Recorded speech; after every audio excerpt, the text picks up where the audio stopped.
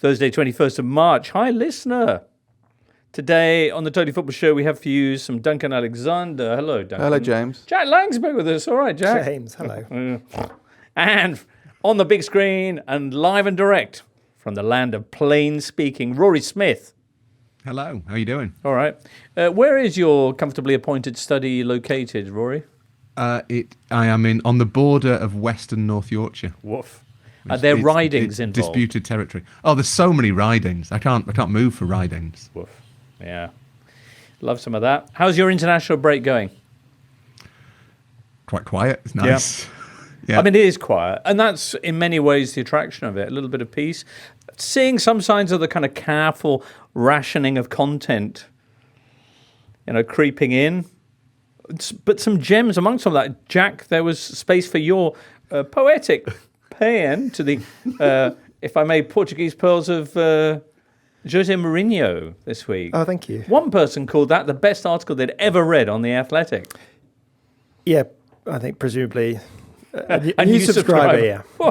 No, it's very nice, though. Very nice. Because it was, it's not only analytical, but it was also a replay of the greatest hits of some of Jose's best bits of being snarky on camera, which he's very good at, as you point out. Was it the greatest thing I'd ever read on The Athletic, or was it the wonderful thing, Duncan, that you put together with our friend Nick Miller, in which you essentially go after who is the most successful Premier League player ever by points per game? And the answers may surprise you. Who's the worst, though? Rudy Gestede, a man who played with 3 teams. Did he? In the Premier League. Aston Villa? Yes. Watford. Yeah. Middlesbrough. But, it wasn't very good. Okay. I mean, a lot of people might think, why would you rank players by points per game? But I would say, international why break. not? And also brackets international break. Yeah. But... Taimur Pukki is in the bottom 15 of points per game. I was shocked by that. I wasn't, because he played for Norwich City. So, yeah, he deserved to be down there. Okay. But, yeah, won't spoil who's top, but it's not a Manchester City player, although they do dominate the top 20. The fact that you didn't expect that presumably makes you the ideal reader of this content. 100%. Oh, my gosh. Oh, my God. But I've heard of him. Yeah. Rory, have you got anything you'd like to plug? Not imminently. I'm currently trying to write about gladiators, to be honest. Oh, yeah? On what basis?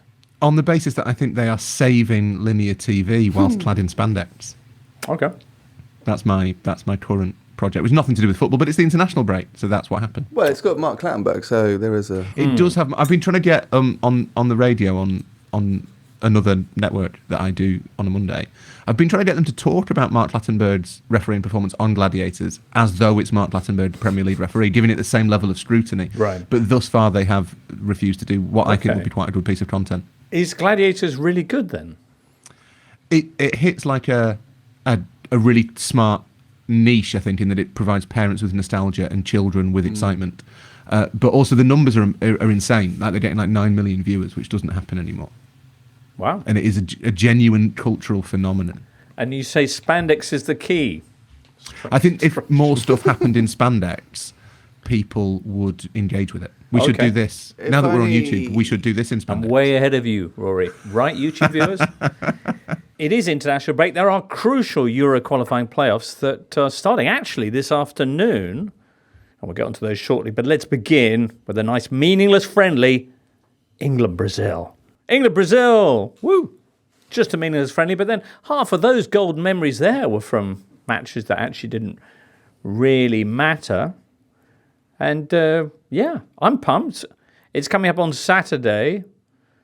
Jack, you're going to be there. And so will Jordan Henderson and Kobe Maino and loads of other people as well.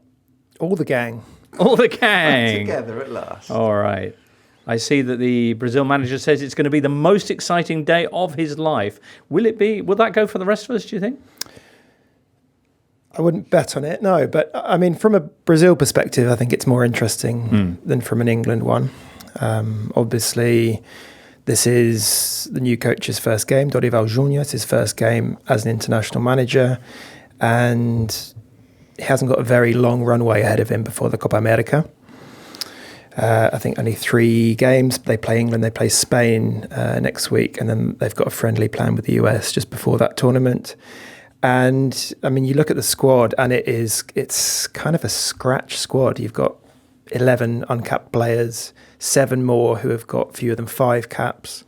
So it's very much a kind of not a vintage Brazil, which I think I've seen some of the early preview pieces in the media saying like this isn't the Brazil that you may expect. And yeah, I think that's reflected in the kind of excitement levels in Brazil itself. Okay, are you saying they're not excited about it in Brazil? Well, I think there's a realisation that they are in a bad moment, as the phrase goes, kind of a rescue job, really. So Dorival Junior is someone who is seen as a firefighter throughout his career, someone who can come in, doesn't rub people up the wrong way, isn't particularly wedded to one tactical system, kind of adaptable and low ego, which I think is in his favour. Obviously, Brazil have landed themselves in this ridiculous situation by waiting for Carlo Ancelotti for a year, which I think I said last time I was here, if that doesn't happen, it would just be so embarrassing. And lo and behold, it didn't happen. And so they've essentially wasted a year since the World Cup. And yeah, I think all of that plays into a feeling of pessimism, I would say. I mean, it's not like, I think at the dawn of a new era, there's always a little bit of green shoots of hope, but this is by no means a side that appears ready to conquer the world. Okay, Vinny Junior's in the squad. Any other names among these kind of lesser known talents that we should really watch? Is there one that you think this guy's amazing?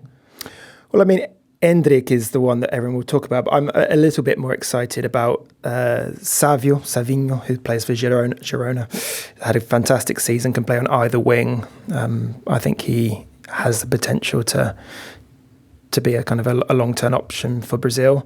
But really, I think actually the most exciting inclusion is not really a new player. It's actually Lucas Paquetá, who is back on the scene.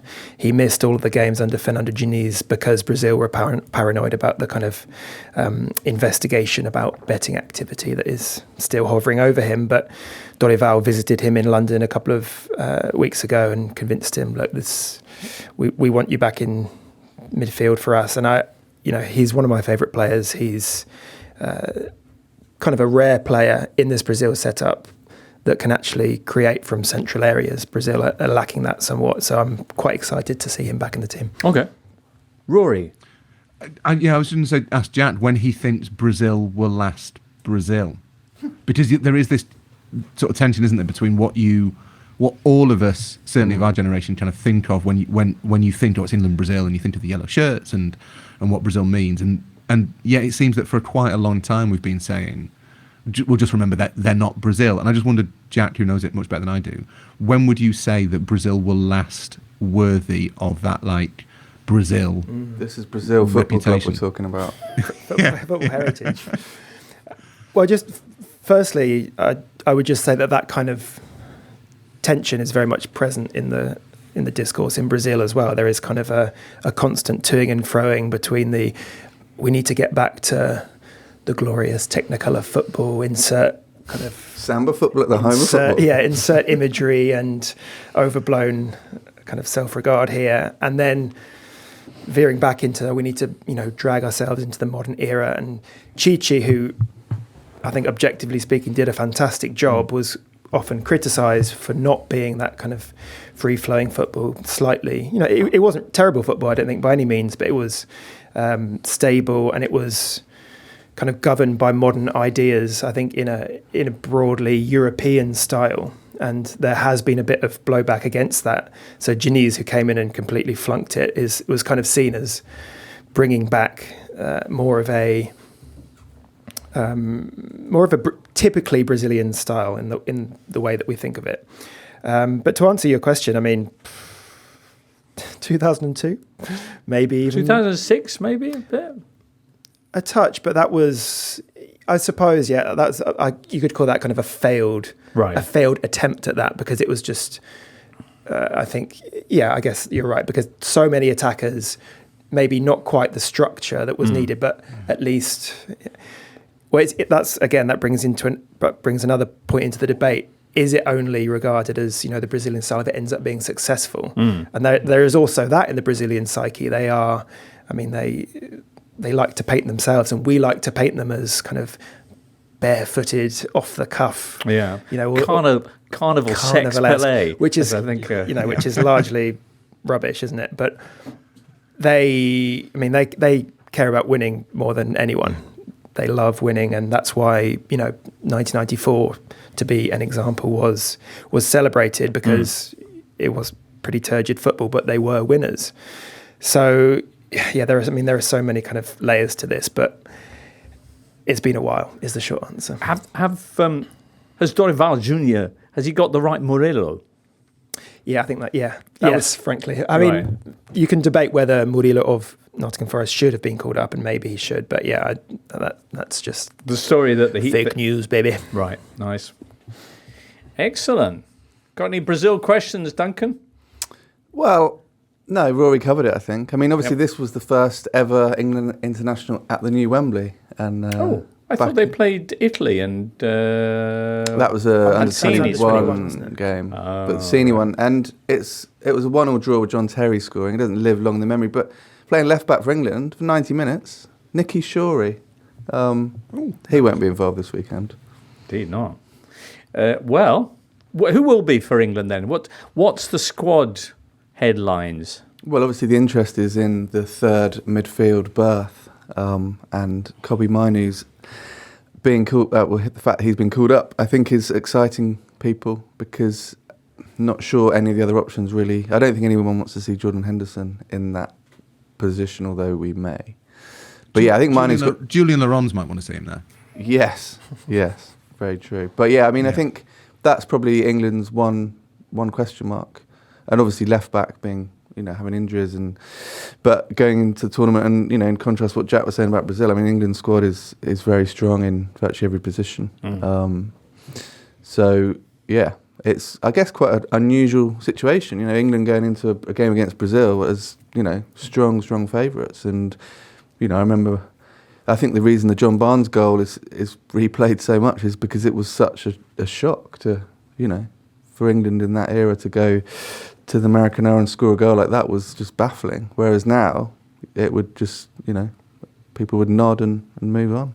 Indeed. The bigger surprise in that situation would be that England were playing a friendly in South America rather than a South American team being forced by economic reasons. Happen.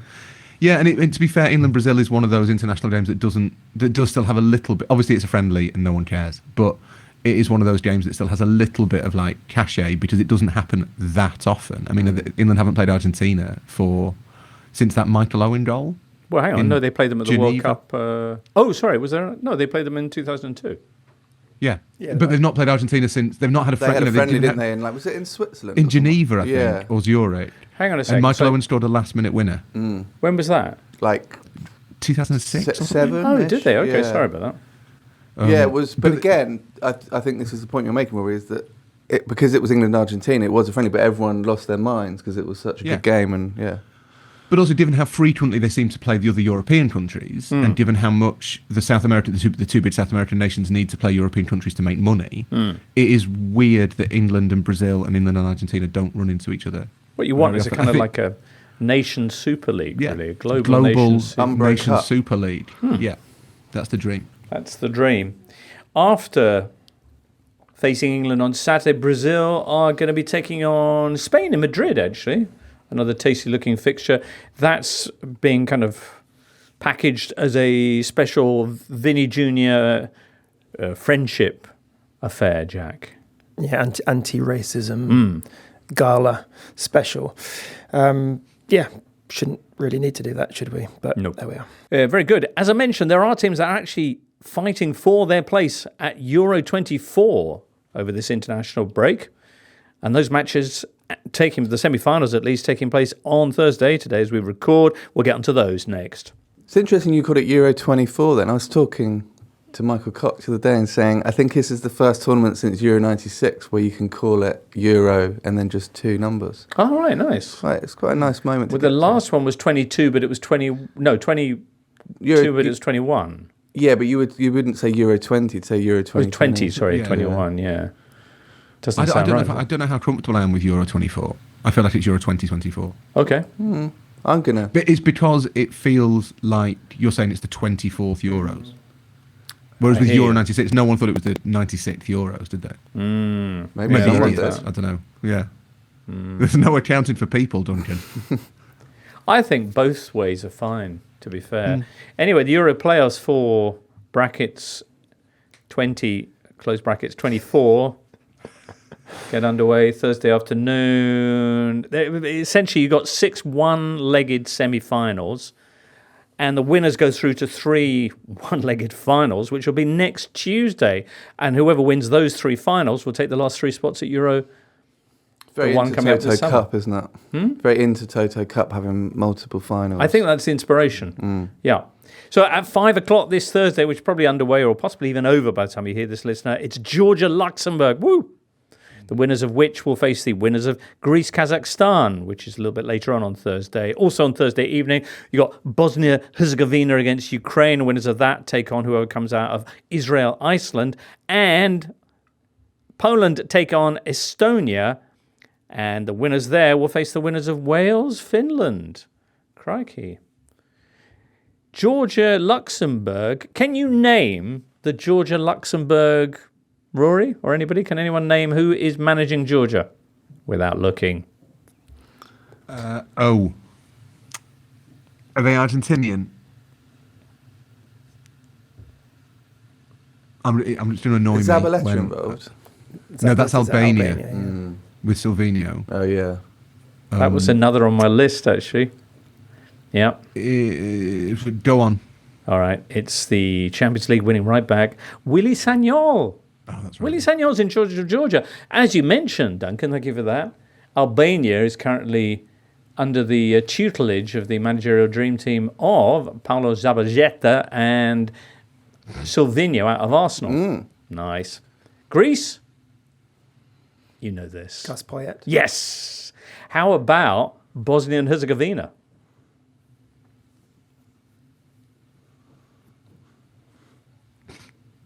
Tumbleweed in the studio. It is the former Aston Villa striker. Bosco Balaban. Julian Joachim. Savo Milosevic. Savo Oh, is that Milosevic, right? everybody. If you Savo like that, Milosevic you're going to was- love Ukraine's manager. Do you know who Ukraine's manager is? If it's somehow linked to Savo Milosevic, is Well, it Dion Dublin? Oh, no, only in the only in the sense that Ian it's another. Ormondroyd. Sorry. No. It's a mixture of the sound of Ormondroyd, the era in which he played, the nature of the player he was, and the fact that his first name is Ian. You don't get many 6'4" wingers anymore. No, you do not. Okay. For you, listener, because you're still wondering who is the Ukraine manager, it's Sergei Rebrov. Okay, no one was that excited by that. But I was taken aback by how little I knew of international managers this week, and I wondered if that was a common issue, and apparently it is. But let's move on to Wales. Where do you want to start with this, actually? Do you want to talk about the incredibly exotic-looking Group C of these semi-final stroke finals, where you've got Greece and Kazakhstan and Georgia and Luxembourg? 3 of those teams have never been to an international tournament. Greece obviously have and won it. But one of those 4 teams, Greece, Kazakhstan, Georgia and Luxembourg, is going to be at the Euros this summer. Woo! And we should also not ignore the fact that Kazakhstan just isn't in Europe. But that's fair. It is literally in the middle of Asia. Georgia, Luxembourg is really interesting because obviously Georgia have got not quite a golden generation, but they've got some decent players now. Kvaratskhelia at Napoli is the most famous, but there's Mamadashvili, the Valencia keeper. There's a couple in France, Mitatadze at Metz. I think they've got a winner at Bordeaux, whose name I don't want to try and pronounce. But they look like they have kind of enough top flight-ish players around Europe to be a decent side. And Luxembourg don't, but Luxembourg's rise through the ranks of international football in the last 10 years has been astonishing. There was a point where they were Andorra, San Marino, Liechtenstein, and they're now kind of quite competitive. They drew with France, didn't they, in qualifying for something? It's all really confusing. They are now a pretty good football team, Luxembourg, and that is one of the kind of quieter but most admirable good stories in European football at the moment, and they've benefited actually from the Nations League a lot. Well, as have Georgia, because Georgia have only ever finished bottom or second bottom in European Championship qualifying. That's in their last 7 campaigns, every time, either last or next last. They're only here because they've had a couple of good campaigns in the Nations League at the 4th tier and 3rd tier. Georgia also will be facing Luxembourg without Kvaradona because he's suspended for this game, so it's going to be a tight one, that. Anyway, whoever gets through that group will be taking on, checks notes again, Greece against Kazakhstan. Woof. What about the Wales group? Wales up against Finland. The other semi-final in that group is Poland, Estonia. Reece fans, the latest big-name Welshman, to turn up at the Wales training camp to inspire the boys. They love that, don't they? They love a bit What's of his that. name before? Michael Sheen twice. Do you think there's a law of diminishing returns about that stuff? Yeah. Like if you've been inspired by Michael Sheen once, the next time Michael Sheen pitches up, you kind of know what's coming, and then Reece Fans comes in and does a decent, solid job, 7 out of 10. Who'd you get next? But you're a bit like Alid Jones. I think you've got to go different. You've got to go someone. If I'm Robbie Savage, left field. I've got my hand up. Farmer Sam? It's a great shout. It's a great shout. What? Next? Norman Price. Yeah, Bella Lasagna should do a job. Get her in when they play Italy. So Wales are up against Finland, and this is Thursday evening, and it's a very serious business because it essentially could see Wales through. Yeah, they'd have to get through this, and then whoever wins out of Poland and Estonia. You might fancy their chances as well because Finland are not in a great moment right now. They only managed to scrape past San Marino a couple of months ago. They do have Teemu Pukki, who's now turning out for Minnesota United of MLS. Oh, they've also got the Bayer Leverkusen goalkeeper Lukas Hradecky, so that's good. And like Wales, they only just missed out on automatic qualifying from their group. Oh, there's also loads of Leeds players on display, Rory. Finland have got Glenn Kamara. Nice. And Wales got, Connor Roberts, Joe Roden, Ethan Ampadu and Dan James. Yeah, I think having more Leeds players in an international team is almost definitely a guarantee of success. We've become a bit inured to the Wales story. Like there was a long time where Wales didn't get close to qualifying for tournaments, let alone be a bit disappointed when they didn't qualify. I think they've got a decent chance. They probably should beat Finland, especially with home advantage. I would guess it'd be Poland in the final, which is a different order of challenge. Poland got some quite famous players who are quite good. And they should get past Estonia, who I don't understand why Estonia are in this. Nations League. Yeah, Nations League. Estonia did all right in the Nations League, whereas in qualifying, from their 8 qualifying matches, they took 1.1. That's not a great record, I would say. So Wales got a decent shout of getting through, I think, but Poland will be tough. Okay. Excellent. Well, that's all happening Thursday night. It may have already happened, listeners, as I say, and it's huge, and the final's coming up on Tuesday. Other games to look out for. Thursday, that's today as well. Crikey, you've got the semi-finals of the CONCACAF Nations League. USA hosts Jamaica, while Panama face Mexico. In friendlies, although stretching the term a little bit, you've got Russia-Serbia. I was surprised to see Russia playing a game. They haven't had a competitive fixture since November 2021. I imagine it'll be a while until they have another one. But they have been playing friendlies, apparently. I wasn't aware of this, but they're taking on Serbia, and that's happening, not sure, I think Thursday as well. Friday, you've got Hungary v Turkey, the Christmas Classico. You've got, the next day, Saturday, you've got France.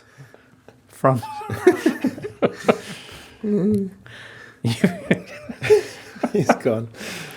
Saturday, you've got France v Germany, which is possibly the biggest of all the international. The Maginot Line Classico. Maginot Line. Nah, why bring that up? Sorry. Yeah. Taking place in Lyon, it is the first France game in 85 fixtures not to do what? Griezmann. Yes, feature Antoine Griezmann. Yeah. Yeah, he's got that ankle injury. I think it might be the same one that he picked up from the first leg against Inter, the first of that last 16 tie. But yeah, he's going to be out. They say potentially for 6 weeks, which is pretty huge news for Atletico, who got beaten, you recall, last weekend 3-0 by Barcelona without him, and have Borussia Dortmund coming up in not long, about 3 weeks' time. Alrighty. Germany will be without Manuel Neuer, which is not necessarily the biggest of issues because they've got plenty of goalkeeping talent, has the man Shaft. He's got a muscle strain and is in doubt apparently for the Arsenal game in 3 weeks' time. But beyond all of that, though, if we get excited about England playing Brazil, do we get excited about France-Germany? I mean, I don't. Okay, Jack. I apologise. I mean, it's just what Rory said, that this seems to be so much less of a rarity.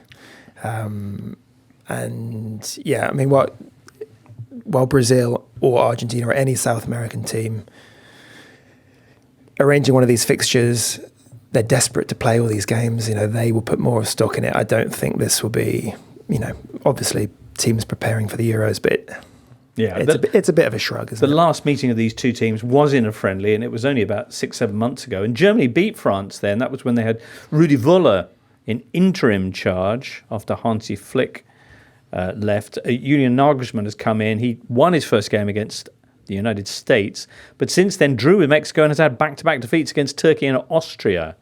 So possibly a little bit of potential disaster there for Germany if that's your bag. Yeah, there's a real sort of sense of fear, I think, in Germany now that the Euros is kind of going to be a bit of a humiliation. It's really strange. You can look at kind of the fact that great industrialised youth system has stopped churning out the sorts of players that it did maybe 10, 15 years ago. But they're much worse than they should be, Germany, and they don't seem to be able to make it any better. But maybe France are going to make it even worse then on Saturday. Germany, after they take on France, will be facing the Netherlands. That's on Tuesday. Netherlands, they're taking on Scotland on Friday. Ronald Koeman, that's right, listener, Ronald Koeman has won 5 of his last 6 with the Netherlands. Scotland, you recall, have done brilliantly in Euro qualifying, but they tailed off a little bit of late. They haven't won in their last 5. Will it be the first time Denzel Dumfries faces Scotland? Ooh, nice. Huge. It's huge. Nice. San Marino were going for their first win in 20 years. Wednesday night, they took on St Kitts and Nevis, who are a Caribbean outfit. San Marino, who have been dubbed the world's worst national football team because of their losing percentage, which is... They're on a bad run. They are on a bad run. In a bad moment. Actually, you know what? They're on a little bit of a bounce because they've scored goals now in 4 consecutive matches for the first time in their history, one of which came against St Kitts and Nevis on Wednesday night. Did they win? No, they lost 3-1, but still, they did take the lead. And they play again on Sunday, so that's nice. St Kitts and Nevis, if you're not familiar with them, they are currently ranked 147th in the world, which is 63 places against the 210th ranked San Marino. Who is San Marino's manager, James? Oh, I don't know. Nor do I. I just thought I'd give you some of your own medicine. I can tell you that Austin Huggins is in charge of St Kitts and Nevis. Thank you, Rory. So the manager of San Marino is Roberto Civoli. He's only got a 1-line or 2-line Wikipedia entry. He mainly operated as a defender. He's from Romagna in Italy, but he's a naturalised San Marino citizen. That's nice. Yeah.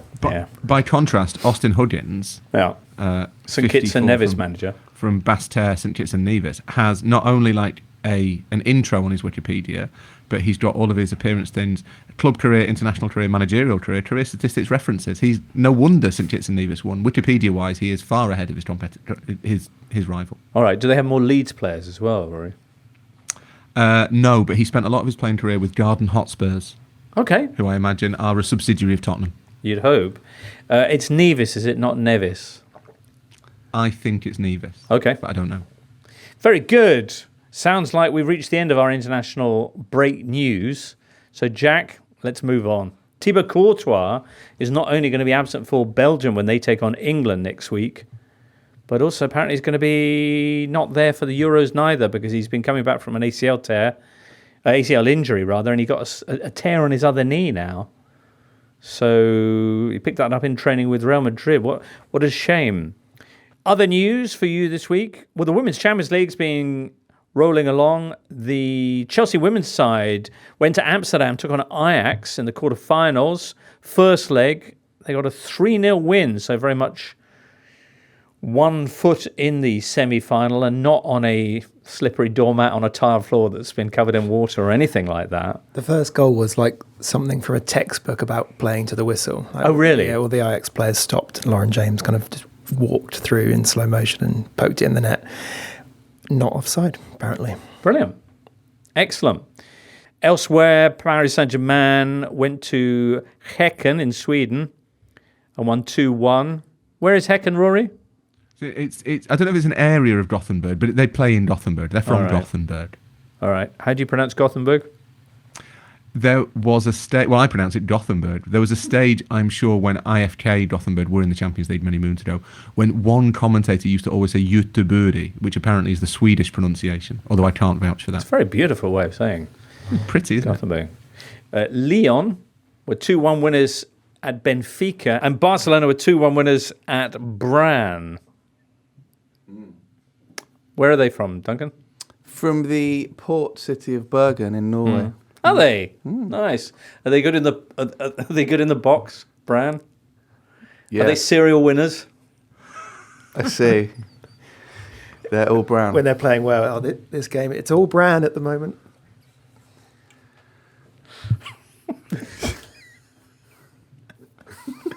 Definitely keep this edit. All right. Okay. In other big football news, well, one major story we're getting to in a second, but well done, Richard Hughes. Lovely to see our old friend confirmed as the new sporting director of Liverpool. Testament to the fine work he's done at Bournemouth in recruitment of both their playing and also managerial staff, because Andoni Iraola was very much his big idea. And I imagine, is this right, that he will now be taking the reins on Liverpool's search for the Jurgen Klopp successor? Is that a fair assessment? Yeah, I think so. I'm not quite sure how complex a process that necessarily needs to be if they find out that their first choice wants to leave his current team. I think it doesn't. It's not. You don't have to crunch a load of numbers to work out who Liverpool's first choice is. Whether Richard Hughes is leading the process or not. I think it's very unlikely that Richard Hughes will turn up and say that guy who's got Bayer Leverkusen unbeaten all season and 10 points clear at the top of the Bundesliga. Not sure about him. I think that's relatively unlikely. But if Alonso goes to Bayern or doesn't want to leave Leverkusen, then he becomes more. He will have a greater say. But I think. Suggesting that he's going to come in and like Liverpool are only just going to start thinking about people now is not correct. All right, Rory, I feel very silly now. Sorry. Let's move on to this week in PSR roulette. Confirmation came on Monday that Nottingham Forest are now being deducted 4 points for breaching the profit and sustainability rules. That plunges Nuno Espirito Santo's side into the bottom three, 1 point below Luton, who are now above the dotted line. It is the third PSR-based change to the table. We saw Everton deducted 10 points and given 4 of those back. And we may well have a fourth one next week because there's a new set of breaches, I think, that the Toffees are in the dock for, which could see a further points deduction. Crikey. Forest also can appeal this 4-point penalty, although reaction from, anecdotal evidence suggests that the Forest reaction is, it's a fair cop, Gov. Not quite. Oh. They were very helpful during the process, which got them a 2-point bonus back. But then they've since come out with quite an angry statement. So it sounds like they're going to appeal. Oh, really? Okay. So whether that's going to be successful or not.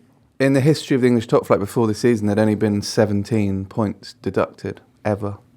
We're on 10. We're back up to 10 now. So probably not going to reach 17 this season. But it does put into context, just how asterisky this season could be. Very much so. What's the prognosis for Everton's second case then?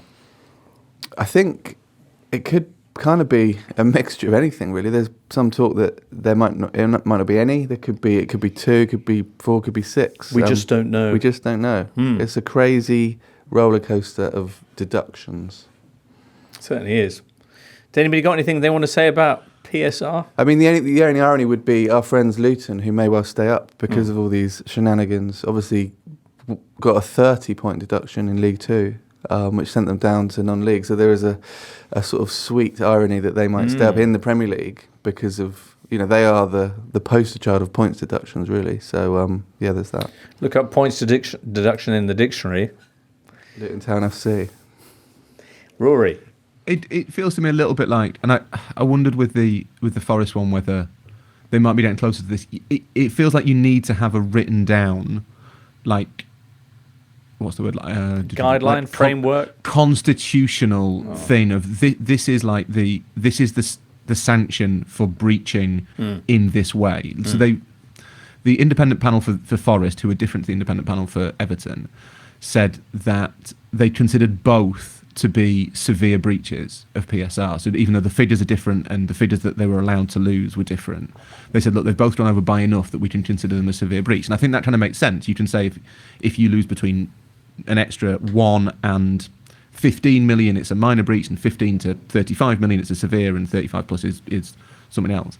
But it does feel as though you need to have like a thing that says if you breach severely, you lose this number of points.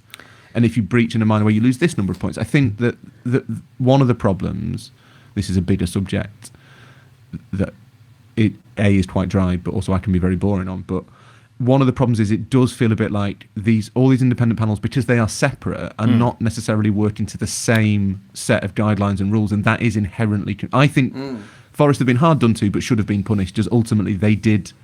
A lot of their case rests on selling Brennan Johnson later on because they wanted to maximise profit. That's fine. Maybe don't sign the other 29 players. Like, no one is defending the way that Forest approached that. Forest wasted a load of money. Right. And that's what these rules are designed to stop teams doing. Everton, I think, deserve to be punished, as they also broached the rules that they signed up to. And people say, it's a cartel, it supports the cartel. All 20 clubs signed up to these rules. They all know what the rules are. And if they break them, they break them. That's just the deal. But I do think it doesn't help that it feels as though you could, like, it depends a bit on the panel that you get. It's like a mystery that shouldn't box, really be the isn't it? case. Like community chest or something. You turn over the card and, you've won a beauty contest. Oh, no, you've lost 6 points. Two questions for Rory. If you get a player sent off for a straight red card, it's a three match ban. It's the equivalent of saying, well, it could be a 1 match ban, or it might be 10. We just don't know. It depends who's in charge of, fun. PGMOL that day. That would be fun. Not sure people would like it. 2 questions for you, Rory. One, are severe breaches what the Amish wear? Their goals conceded in the Sanchez Pizjuan. Oh, nice. And secondly, if Forest appeal, how big a risk is it that they might actually be deemed to be not being quite as compliant as they were before, and thus get a bigger penalty? The FA and football's various disciplinary bodies do like that, don't they? They do like the kind of frivolous. The frivolous appeal kind of punishment. Don't waste our time. It's far too valuable. I think the bigger issue is that if they do appeal, it could drag on beyond the end of the season. I think the final deadline is the Thursday after the season finishes, and then the final deadline is June the 8th. So it might be the case that we do.